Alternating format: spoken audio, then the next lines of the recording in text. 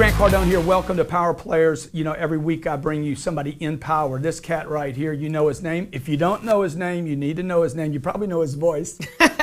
Gary Vaynerchuck. Dude, how about superpower? I don't want to just be power. I love superpower. Can I be superpower? Well, everybody's got superpowers, okay? I've been trying to get this guy together. I've been wanting to do something with you because I want to collaborate with straight, legit entrepreneurs.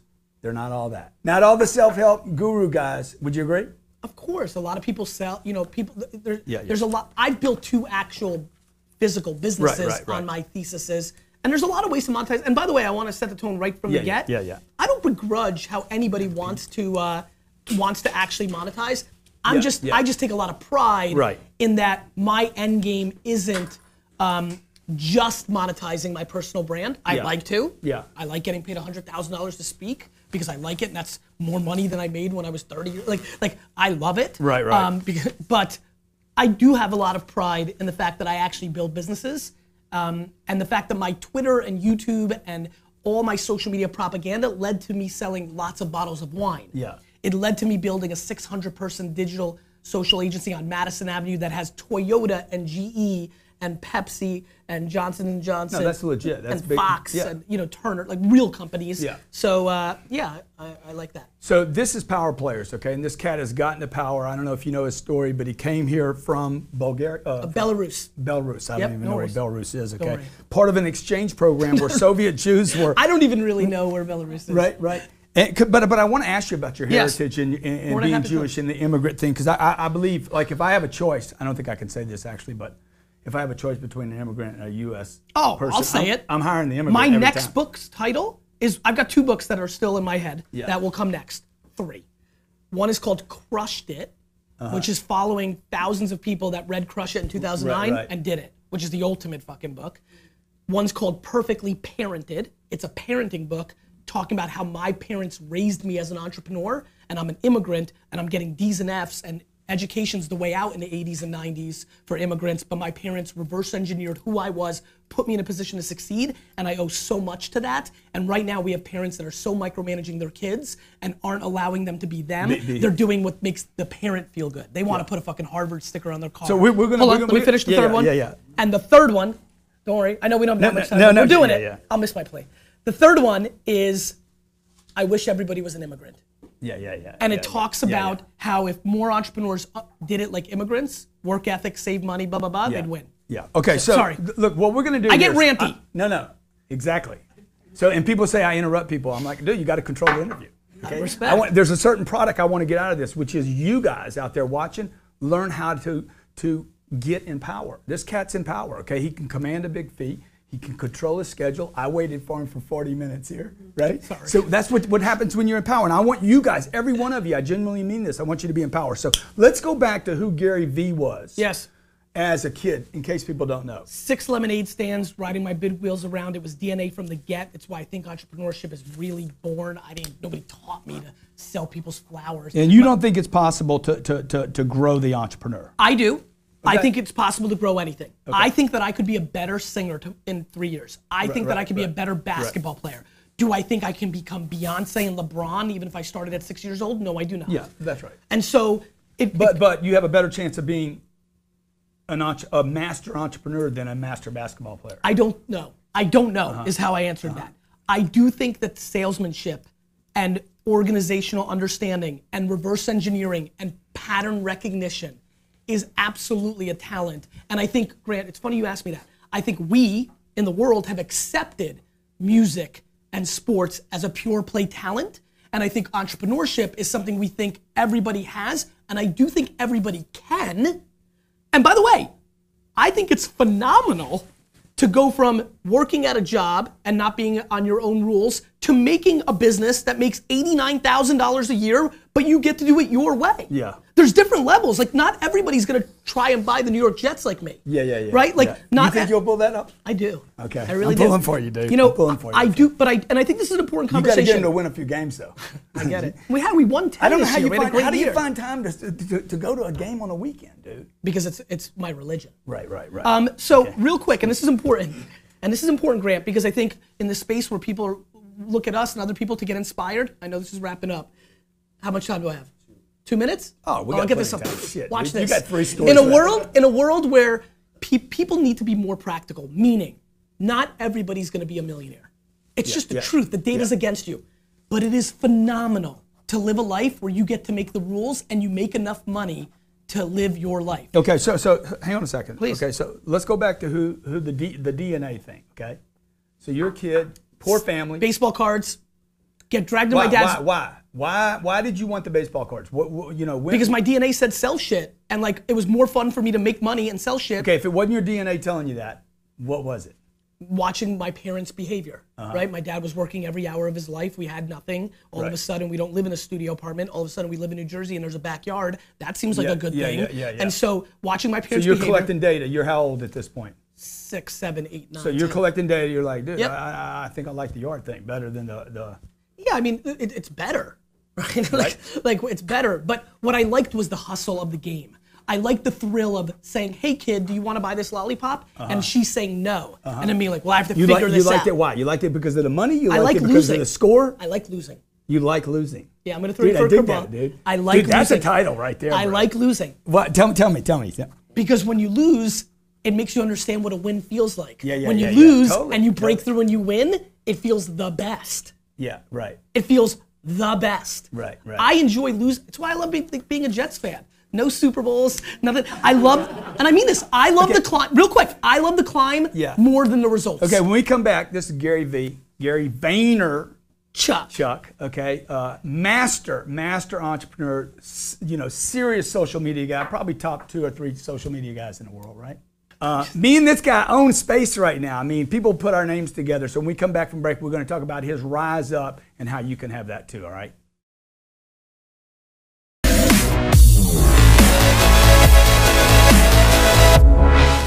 Okay, hey, welcome back to Power Players. Grant Cardone here. Every week I bring you somebody in power and somebody generous enough with their time that is in power that can actually share their time. This is Gary Vaynerchuk, top social media person in the world, best-selling author, owns what was the funding for your media company?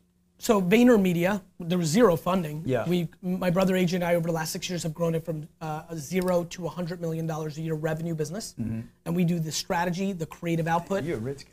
Yeah, I'm a rich guy. Yeah. I'm a rich guy. Okay, and I'm gonna get really rich. So let me because I'm patient. Yeah, let me go back to this thing you said about the 89,000. The entrepreneur that works for themselves and makes 89 grand. Because I got to tell you, I'm like, you don't want to do that deal for 90 grand. You don't because you have enough talent to do more. But the guy or gal that makes $47,000 a year working at Walmart and has to work on Christmas Day because he or she is not in control, thinks making $89,000 a year and doing it on their terms is fucking awesome. And so that's that. And I mean this. This is one of the misnomer conversations in this space. Like making enough that makes you happy. Yeah. And doing stuff that you want to do when you want to do it is unbelievable. My brother-in-law, Justin, who I love with all my heart, has been working at Wine Library for the last 15 years.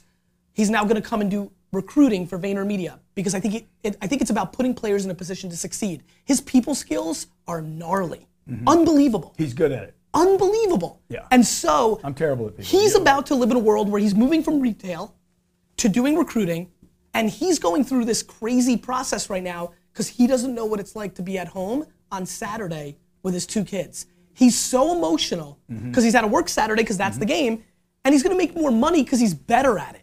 Like it's so obvious to me, but the problem is everybody watching right now, they want $1 million, they want 10 million, Dude, they want $1 billion. I don't think they do. The people I talk to don't want enough because they think it's out of reach. They think somebody told them, dude, you can't have that. Here's what I think is happening, man. Yeah. I think they deep down know they can't make $1 billion or 100 million, and so they shut down completely. I think if you go about it a different way and say, look, this is about making 150,000 on your terms versus 49,000 on not your terms. That's like, wait a minute, that I can do.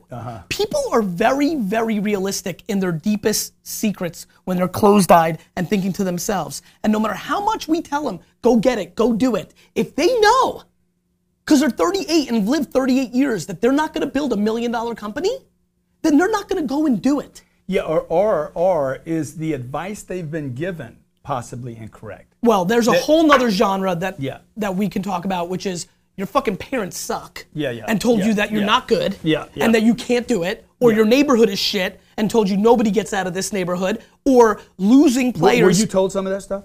No, which is why I'm a winner. My fucking mom said that you're unstoppable. I'd come home with an F and she'd punish me to make sure I knew that there was checks and balances in life, but she never said that that was a proxy to me being successful. And more importantly, I got weird because of my DNA that when people did tell me I sucked, it made me want to win more. So are there brothers and sisters? Yes, younger. How many? I have a younger sister, 3.5 years younger, and my brother AJ, 11 years younger. And are they as successful as you are? My brother's my partner in VaynerMedia. Okay. So by proxy, is he as successful as you though? No. You're the alpha dog. Yes, but so same family. Yes. Same rules. Yep. Same messages. DNA. D and fucking A. Now. Why I'm pounding this? Not everybody's fucking born to make $10 million a year. But okay, go ahead. People knew. Yes. Hey man, they need to make more money. I mean, where's money at in your hierarchy of importance? Extremely low. Okay. Legacy, like I would tell you that if you came and audited my last 20 years of my career, you'd be grossly disappointed. Because I've left enormous amounts of money. As a matter of fact, my one true vulnerability, my true kryptonite is being 80 years old sitting around and getting bitter that I left a lot on the table because I'm always hedging for the future. I'm here to bring you and to bring them value. Do I want to sell books? Absolutely. Do I make any money? Not really. Look, I was telling my wife this morning, I said, look, we sell 500 books today. Who gives a fuck? He makes 500 at 10,000. He makes 15% of that, right? Is that the deal? Something like that. You've already made your money on the books.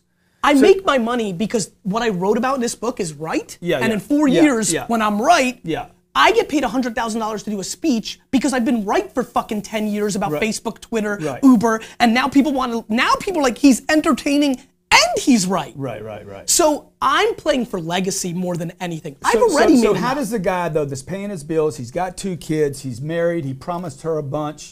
How does he play the legacy game out and the financial game? Because we live on an economic plane. By playing the financial game first. Yes.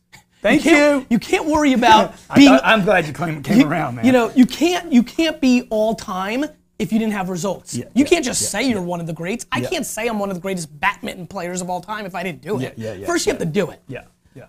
But the way he or she does that is by putting themselves in the best position to succeed. I met a kid last night. Business went from $0 to $5 million in sales in 2 minutes. All Instagram, all the shit I spewed. I saved his life. I'm the best. I'm 27, Gary. I'm high energy. I'm just like you. And by the time I'm 30, I'm going to be a billionaire. I stopped him. I said, why are you even doing that? First of all, you're probably not.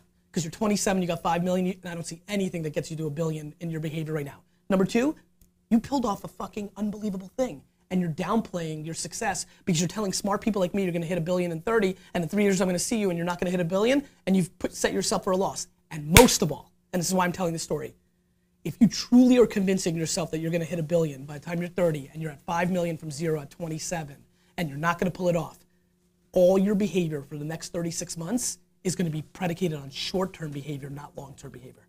And the best way to make real money, wealth, not being rich, is to do things for the long term because his life continues at 31. Sure. How old are you?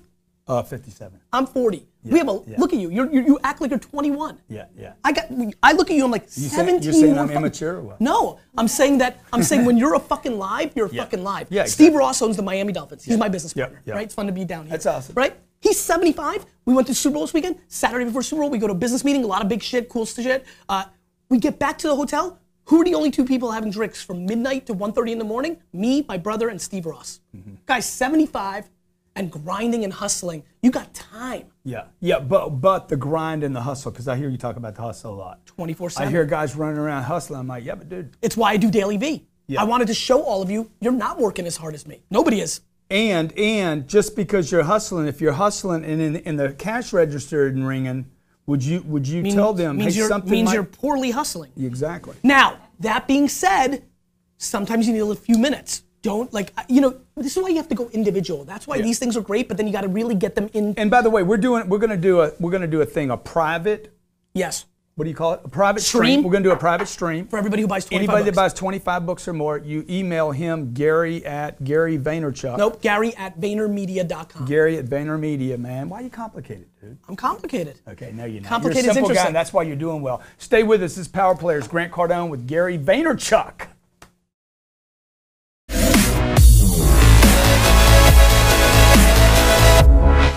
you got on you right now? We on right now? Dude, this is debt right there. You have how much? I got more than you. Of course you do. I have $100. This is debt. This is all debt. I get it. This is backed by one thing, debt. I get it. I get it. It's all garbage. The whole game is garbage. Would you borrow money? Well, I borrow money now because there's no fucking interest on it. Huh? Money's great right now. The problem is it's the same old game, right? Which is it's the same thing around the lottery. It's the same thing about all these things. It's tough for us, and I'm sure you deal with this. Yeah. I struggle with giving advice because I need more context. If you're a fucking idiot, you shouldn't borrow money because you're gonna go way worse. You know, like. What's the difference? You're gonna be broke either way. You're an idiot. Why not borrow the money? So look, it depends on how you borrow money. Here, let me give you a real good idiot play. Student loans. Yeah. That's the most idiot. Yeah. Because that you can't get out of. That's one of my questions. Okay, Go ahead. College, hate it. Hate it, right? Or entrepreneurs. Yeah. If you need. How much money will you make this year? I will make. What are you gonna pay taxes on? What number will you pay taxes on? Probably 17. Yeah. Okay. 17 million, right? He's gonna make 17 million. Is your best year? It's gonna be your best year? Yes. So, and he's telling you don't go to college. Did you finish? Yes, but I went to Mount Ida College. Yeah, I went to McNeese State University. This is how. If you give this them is how. money, By the way, this is how I got to Mount Ida College. I got a postcard in the mail in March of my senior year of high school, and my mom finally woke up and realized she didn't know the process. Yeah. She was an immigrant, and she's like, "You're going to college," and I'm like, "No, Mom, I didn't. I didn't apply for anything." She's like, "You're going to college." I'm like, "Crap, all right." And then a postcard came. Yeah. I filled it out, and that's how I went to Mount Ida College. Yeah. What'd you study there? Madden 94. Okay. Tell us the story. Tell us the story about pulling flowers and reselling them. Yes, this is who I am. This is my DNA. The first business I ever had in my life, I would go around the neighborhood, I would pull people's flowers out of their yards, I'd ring their doorbell and sell it back to them. Dude, that's not, It's not super super ethical. This is why my dad has such a big impact on my life. When I turned 14 and got in my dad's business, the first thing he taught me was that. And it saved my ass. The same reason. Word is bond. Word is bond. Word is bond. And that's it. And it saved me because when you have this much level of charisma. Well, what's that got to do with pulling the flowers? I'll explain. Okay. It basically elevated into ethics. Got it. It's even the spiel that I've been. Look, I'm not confused that some of the things I'm spewing here are not exactly aligned with you or everybody else. It's what feels right to me, just like you do what feels right to you. We all say what we say. And so. But what my dad did for me, when you have as much salesmanship and charisma and story capabilities as I do, this is just the truth. Yeah. You can manipulate. I can make anything happen. I can fundamentally make almost any human do anything. I'm being dead serious. Make me do something right now. I'll make you do something without you knowing, and then I'll tell you the story of how it happened. Okay, I like that. Okay, good.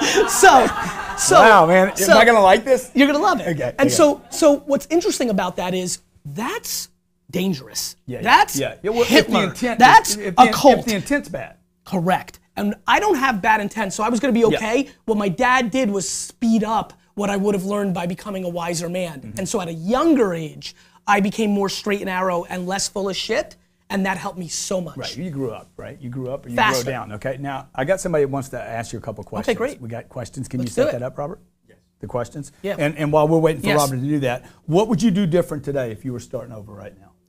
I'd hang out with friends and hook up with more chicks. When I started, I punted my 20s. I worked every hour. Oh, yeah? I didn't go out. So you would play more?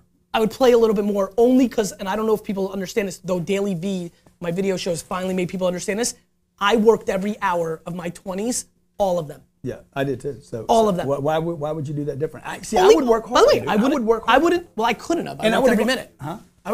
Would you have gone bigger? Listen, the truth is you're asking me what I would do over, right? Yeah.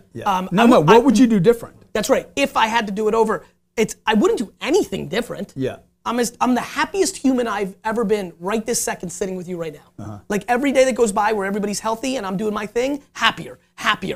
But dude, I really fucking didn't, like, I don't know how serious you're being. Like, no, I didn't do anything. Like, nothing.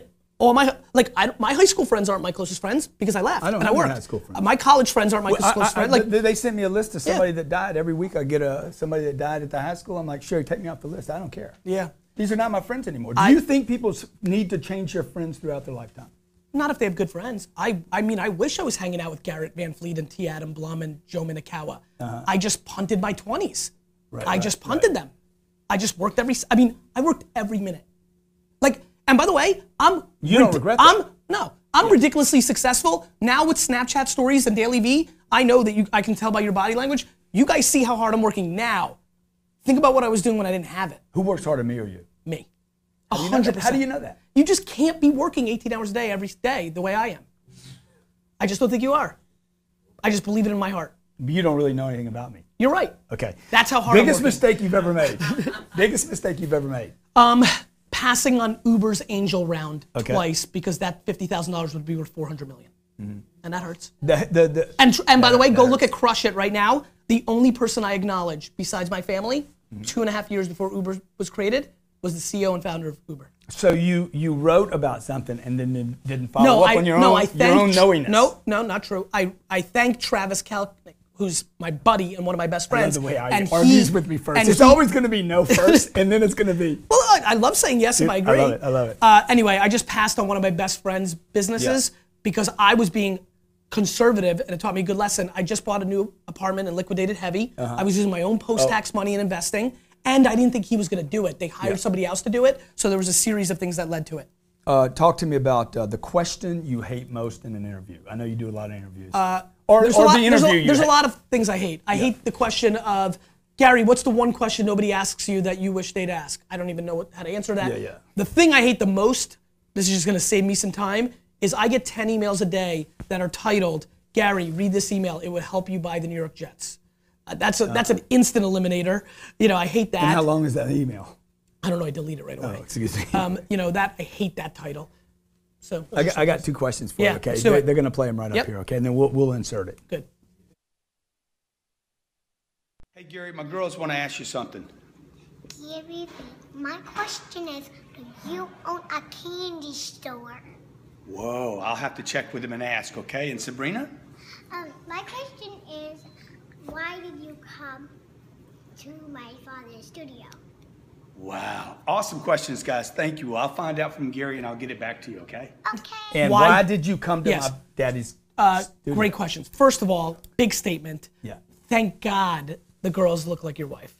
Yeah. Second, well, they're not my kids. Oh God, is that right? Yeah. Is that right? I don't know. I have no proof. Dude. I get it. Second of all, they look like my neighbors' do I have a candy store? No, yeah, okay. But my 2 kids, 6 and 3, adore Dylan's Candy Bar, which is not too far from my apartment in New York City. So there's that. Why did I come here? I came here because of a couple things. Number one, tenacity.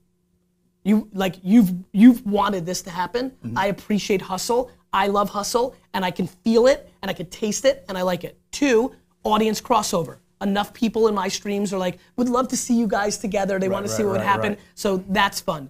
3, anybody who cares about empowering other people to be entrepreneurs in 2016, though clearly I may not agree with every one of the things they believe in, and they may not agree with everything that I believe in, I love to interact and engage with those individuals because it is the most interesting thing in our society.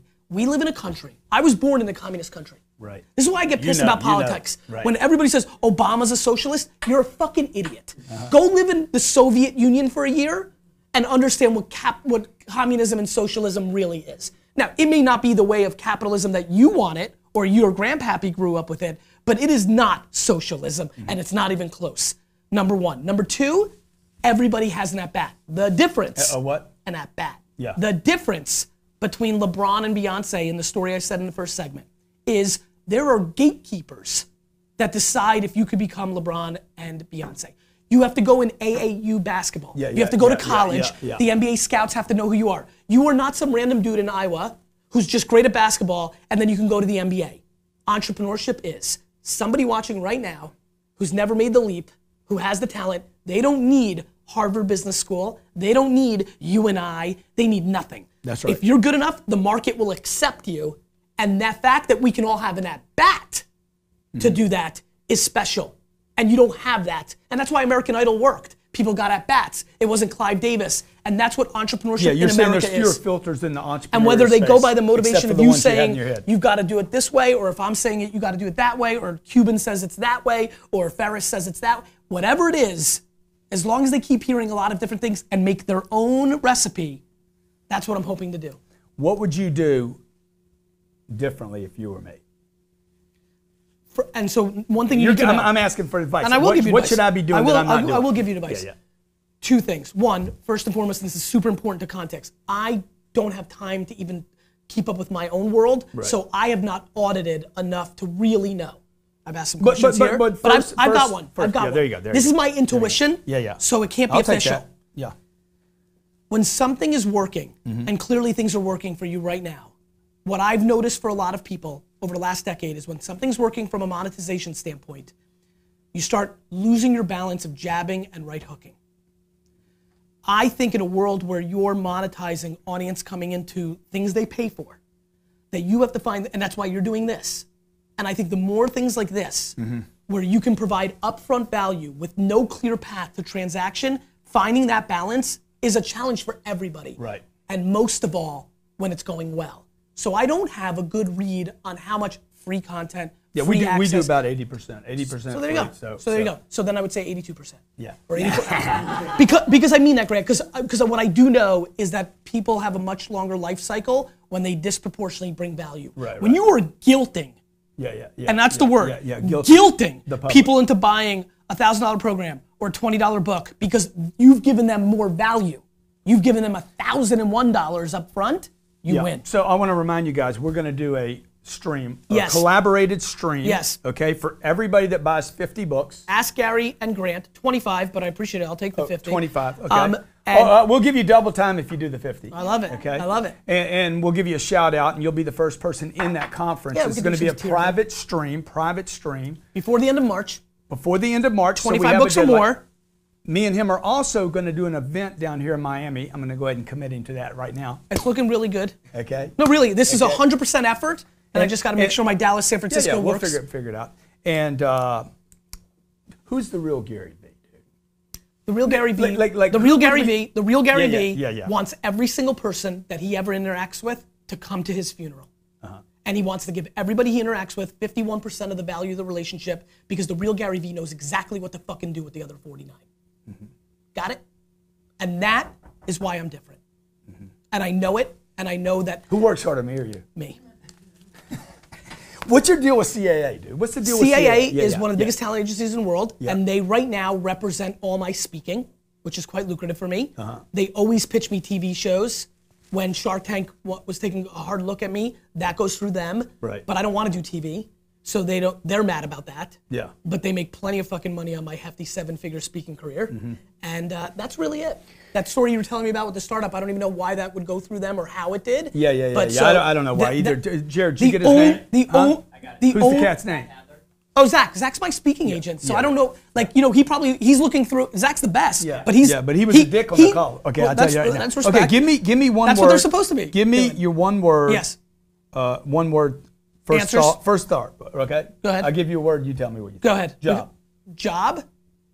I thought Steve Jobs. Weirdly enough, think about branding. That's pretty good. Yeah. Right. Job. I think it's a necessity for a lot of people. It's one word answers, dude. Necessity. Okay. Work. Love it. Money. Solid. Success. Need it. Failure. Interested in it. Vacation. Love it. Hustle. The best. Competition. I want to bash them in the fucking face. So you don't want to compete. I love. You want to crush. I want to. I live for competition. When you ask me who works harder, this is honest truth. Yeah.